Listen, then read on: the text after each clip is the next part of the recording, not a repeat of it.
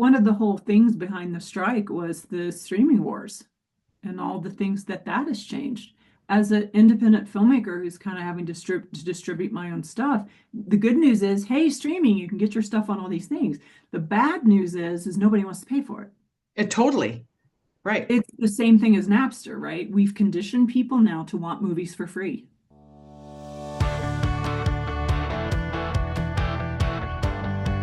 Hello, hello, everyone. Thank you for joining us again for another segment of Push, where we seek to pose and explore interesting and relevant creator and process questions. Today, we are so happy that Dawn Fields is joining us. Hey, Dawn. Hey, good afternoon, good morning, good day, wherever you are. So good to see you. It's been a minute. New York to LA, LA to New York.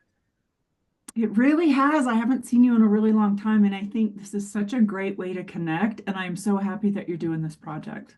Oh, thank you. Thank you for saying that. I'm so happy that it said yes and agreed and, picking up on the posts that I did, early pandemic of celebrating female filmmakers and their content and keeping the ball in the air, of trying to stay positive during a weird time. So thank you for being a part of it.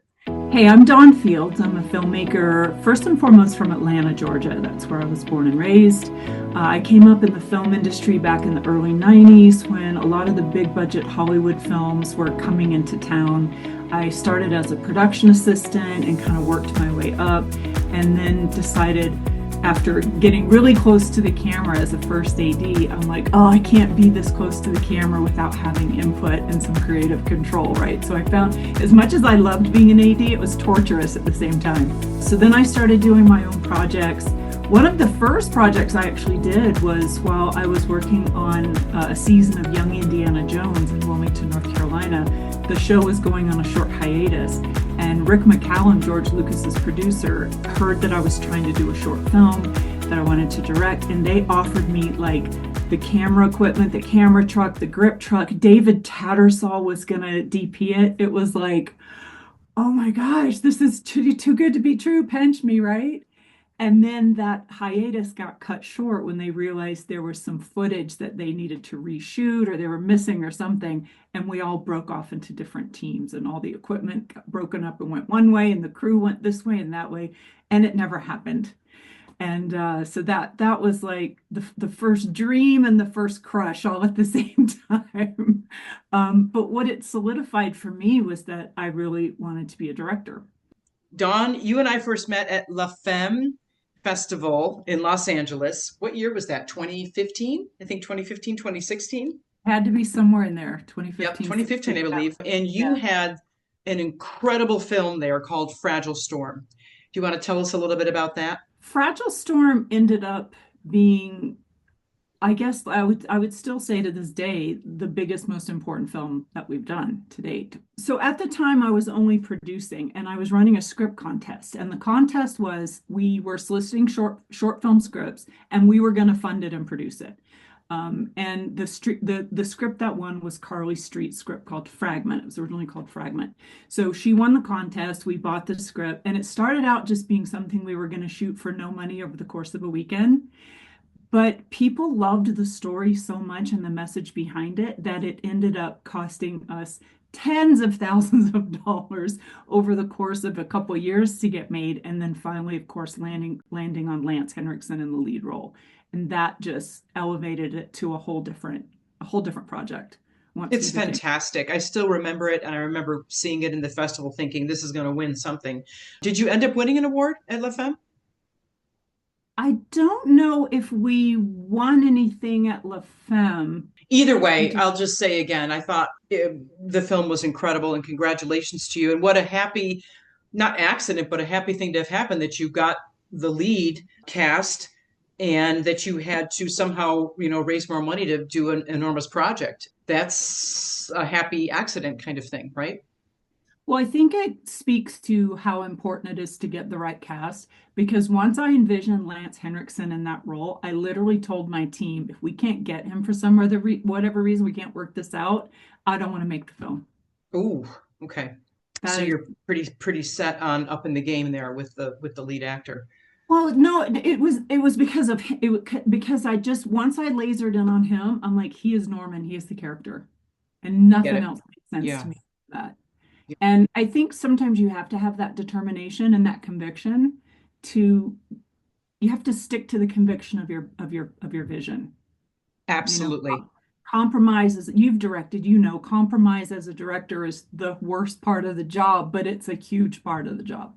It is. And sometimes you have to, what I've found is sometimes you do compromise and then you have to pick up in another way or another facet of another part of the process what you compromised on in order to accomplish what you want in the That's right. story, right? That's right. It's like you don't lose something without having to then pick it up someplace else in order to complete it. At least that's what I found. Yeah. It's hard, especially when we have the vision. So tell me about, well, several questions for you, but tell me about your vision when you start a project. How do you hone in on something? Do you start with character? Do you start with a story idea? Do you start with a theme? Well, Fragile Storm was one of the few times that I started off with someone else's script. After that, I started writing and directing, which, as you know, is a whole different process when you're writing and directing something for yourself. And I found that through that process, a lot of my inspiration came from just things that I had experienced in my life, things like grief and loss and childhood trauma. It's like Yeah. a lot of that stuff finds its way into my stories. But I do try to maintain control of my projects as much as I can by writing, producing, and directing, and raising all the money too, because as you know, he who has the goal makes the rules, right? Right. So one of the best ways you can keep control of your project is raise the money yourself And own it and own it. in terms of the IP, right? Yep. Control it every step of the way as best you can. Tell me about how, if you have a story that you've written about that does come from a place of grief, how do you craft that, Dawn? It's really hard because one of the things that I rely on feedback a lot whenever I'm writing or a rough cut or even a poster or a tagline. I just believe in feedback because I believe we make movies for audiences. But sometimes we also there's something going on inside of us, a theme or something that we want to express. Grief was a really important thing after 2021 for me after the death of my little sister. It just permeated everything I was doing and I couldn't help it. So And sorry. Yeah. thank you. Thank you. It was a really tough time. And looking back on it now, I probably should have taken a break and not just been so adamant about putting all that on film because I feel like sometimes we don't know when we're writing something really good and when it's just our own internal getting shit off our chest. I Right. haven't found that you don't have that barometer, though. I mean, I do think you have an eye for that, or a sense about that. What are some of the other films that you've directed, worked on, written, created? Well, at the time Fragile Storm was initially created, I was just a producer. But when my team said maybe you should direct Fragile Storm, I definitely wanted to make sure that I was ready. So I spent a year prior to the shoot that we did with Lance Henriksen. I spent the year prior to that shooting as many writing and directing as many short films as I could to make sure I was really, really, really ready for that opportunity. I wanted to be on my best game. So we did, I think the first short film we did, I've been involved in a whole lot of short films. We used to have a Los Angeles film collective where we got together a whole group of people and we all supported each other. One person would write the script, act in the script, produce, direct, and we would all take turns. And I think we did 11 short films Whoa, for free wow, under that collective. So that's fantastic. when you look at my IMDb, you'll see a lot of supervising producer credits. That was through the LA Film Collective that I created. And then I think if I had to go in order of the shorts that I am the most proud of, let's say, I would say Yes. Fragile Storm #1 for sure. The second one is a short film called Found. And we that was actually the acting debut of Ronnie Hawk, who went on to play in with Jenna Ortega in Stuck in the Middle, the Disney Okay. show. Yeah. Yep. We kind of feel, oh, we launched her. That was her first time on camera. So we were very happy to have discovered and kind of worked with her really early on. And so that was found. We also worked with an incredible Canadian actor on that named Juan Reedinger, who went on to do a lot of great things. He was in Narcos and some other things. So very, very proud of Found. And the music specifically, I'm very, very proud of. Matthew Carrier did the music for that. Very proud of that. And then the next one after that is another short film we did, two actors in a room kind of thing called Touch. And that film I'm really proud of as well. That starred Dove Meir and Natalie Shaw. And that was a really great experience. I'm really proud of that film. And then we did one other tiny little thing called Evie's Christmas Gift, which was meant to kind of be a viral Christmas card that we did one year. Again, kind of announcing and getting people geared up for the fact that I'm now kind of interested in zombie films. Yeah. That one had a zombie element in it as well. So I've been kind of dabbling and working my way up with smaller zombie pieces because Found, Touch, and Fragile Storm were all dramas, even though, as you know, Fragile Storm has a little bit of a horror element in the opening of it. At its heart, it's really an emotional drama. Right. So I'm just trying to build my way up to that transition from drama to horror. It's two kind of different crowds. Moving on to the next question. You've probably kind of answered, one of these questions since you are focusing on the horror elements. And one of the questions was, how has your focus and subjects of the stories changed with changes in your own life? Sister relationships keep finding their way into my scripts. See? There's Sisters in Dinner with Quinn. We're in such a point now, like just point blank, we have to focus on our commercial projects and things that can help us turn the ship around from being just derailed for so many years. Mhm. And the personal, emotional, passion projects have to come after. So then how are you wrapping your mind around the things that you've started, the crowdsourcing that you've done, and what you tell your backers about that? Well, our philosophy with our backers is if they ever contribute to anything that doesn't get made, we will either offer a refund or we'll offer to move their credit to another project. As you Mm. can imagine, though, over the years, that's caused a lot of bumping around with credits. And so we do have some people that we need to say, okay, there's a couple of things that were on the slate that are no longer currently on the slate for this reason and that reason. Let's talk about your contribution. How do you want to solve it? Can we upgrade you to something else? Can we move it? Would you just like a refund? Most of the people that have donated to my campaigns have just done it to support me. Right. Every now and then there's a subject matter or something that they really like, or they're horror fans or something like that. But we don't have a big horror fan base. Most of our existing fan base came from Fragile Storm. Right. And a few of them from the horror films that we've raised, but we've only raised a tiny bit of money, tiny bits of money for all the stuff in the past that we either had to pivot from or pivot into something else or whatever. So it's not going to be hard to sort it out, but we want to give all of our backers that courtesy and let everybody know. We need to say, okay, these are the films we're making for sure, and we need to focus on those films. Any of the other films that we just weren't able to get off the ground, we need to make that right with our backers. Right. Right. Make sure everybody's happy. I want everybody to be happy. And you also want to keep get your content moving, and get your, like you said, get yourself back on track and get producing again. I mean, it's what I think everyone wants to keep doing. And you just have to, navigating that is not always that easy. So, No, it's not. It's really hard to disappoint people by saying, I know you supported this thing, but it's not going the way we had planned. That is hard. It's really, really hard. It feels like a failure in some respects. But then I also want to remind people that everything has been for a reason. We're trying our best, and we don't want to put out any substandard work that we're not extremely proud of, right? And if it takes us a few trial and errors and a few stops and starts to get there, we're going to keep retooling and re-envisioning and retooling until we can get to something. So tell me a little bit about your production company. So the new company, I mentioned that we're rebranding. When you probably know this, as you're trying to come up with a name for a production company, it's so hard because these days so many things are taken, so many websites, you can't get the URL, you can't get the domain, you can't get the social media handle. It's this huge process. Every time we try to title a film, we have to go through this process. Can we get the domain? Can we get the social media? So I don't know, one day it just came to me. I was thinking about my little sister, and her name is Valerie. And somehow the word Vala, Vall, Vala Films came to me. And Great. I couldn't believe it. The website and all the socials were available. It was just meant to be. So moving forward, we're rebranding everything. So I just ran with it. So the production company is Vala Films. My consulting company is Vala Consulting.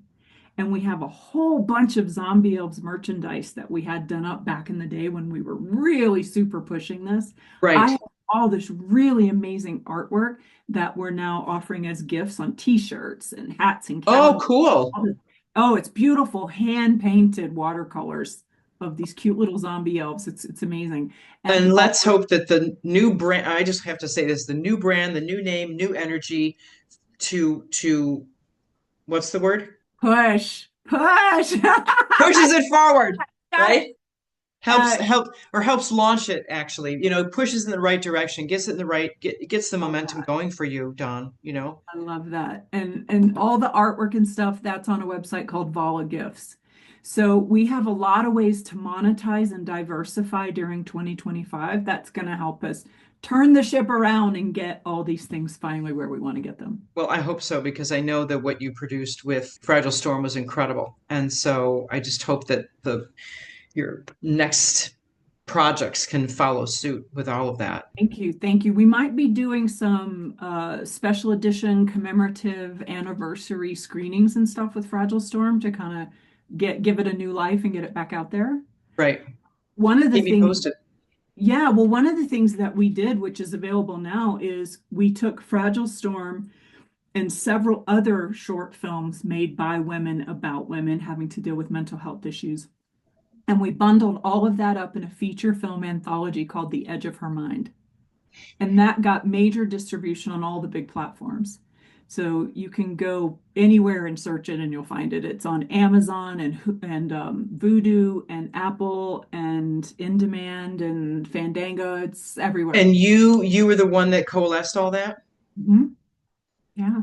It doesn't generate a lot of money, but every year for Mental Health Awareness Month, we get to promote it again. I just want to wrap back around to one of the things that you said is a specialty of yours. And I wanted to know how you felt you honed in on, developed, and really recognized that you had a talent for pitching. How did I figure out I think I think it was through all the crowdfunding I did. We raised through crowdfunding and small investors over the course of, prior to the pandemic, over the course of 5 years, I think we raised like $175,000 for all of our shorts. It's like we raised a lot of money just through crowdfunding, and crowdfunding, as I mentioned before, is all pitching. Right.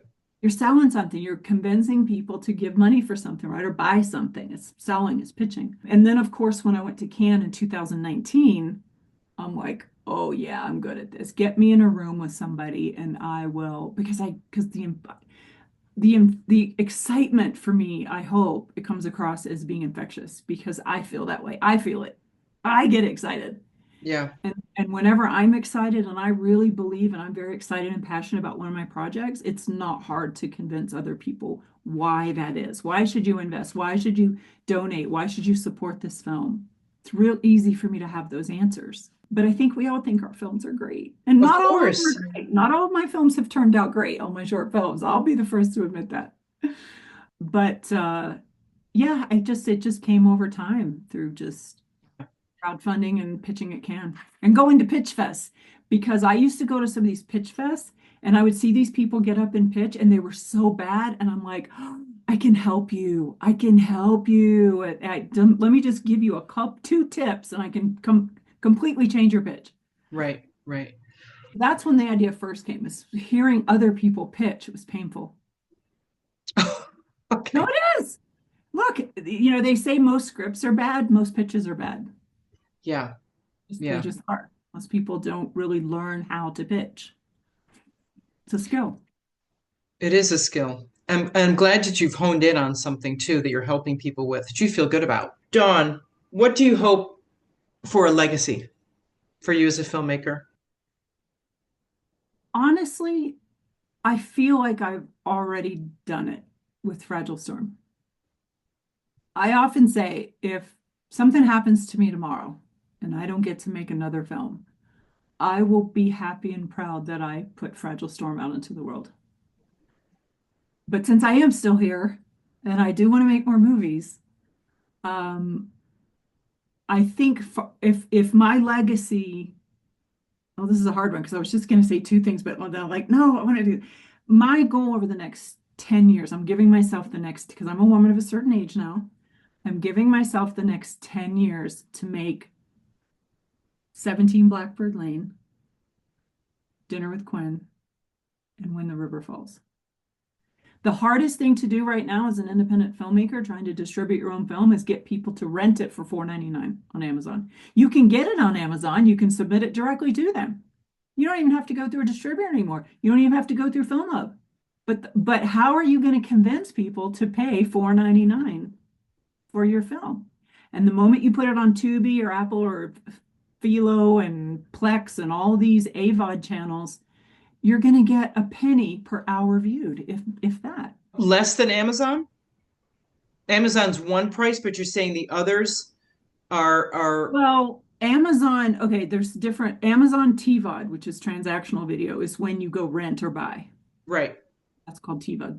That is the most, other than having a theatrical release or getting a license deal, that is the most amount of money per view that a filmmaker will make because you can dictate the price of the rental. So let's say average $4.99, let's call it $5. So you're trying to convince people to go to Amazon and rent your movie for $5. You went to Amazon directly, so you don't have to cut in a distributor, a sales agent, anything like that. Amazon will take 50%, that's true, but you still get the other $2.50. Right. But then with That the is other the ones you're most money mentioning, you will get. and so what you're mentioning with the other ones, Tubi, what were the other ones you mentioned? Oh, there's so many of them now. There's Tubi. Well, even Netflix has an AVOD option now, right? It's AVOD is advertiser video on demand, right? So it's advertiser sponsored. So it's you watch for free and and there's a bunch of ads in there.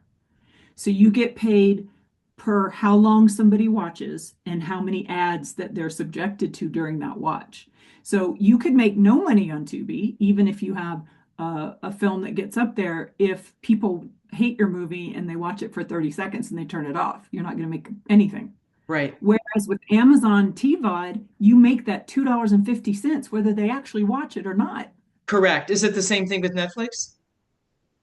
No, Netflix does licensing deals. Well, they have two arms. They'll either license it from you for 2 years for a very low amount of money for independent filmmakers that gets paid out over every quarter over 2 years, or they'll put it on their AVOD system, which is the same thing as now and there's no accounting, there's no reporting there. They don't have to tell us how many views it's had and how many advertisers are in there and how much the advertisers paid them to be in our film. Right. No transparency, no data whatsoever. Wow, I'm thrilled that you have said all of this because this wasn't covered with any other chats that we've had so far. Just the kind of like the nuts and bolts of things of the difficulty of getting your work out there and actually being compensated for it properly. I could go on and on about distribution if you ever want to have a thing just about that. But that's why we have some ideas moving forward to bump the system. The best thing you can do is educate yourself, keep on top of the trends, and make the best decision you can possibly make at the time your project is ready. Dawn, it's been such a pleasure. Thank you so much for being so open and candid and sharing everything that you have. And my gosh, that mini lesson on distribution and the market at the end Well, there. by the time this airs, it'll be different. So don't quote me on anything. Right. Still valuable information and great insight. Thank you so much. Thank you. And look forward to following what happens with your projects. Thank you. I feel great about it. I know it's going to take off and Vala Films is going to be great. Thanks and Godspeed. Thank you everyone for tuning into another segment of Push. See you next time.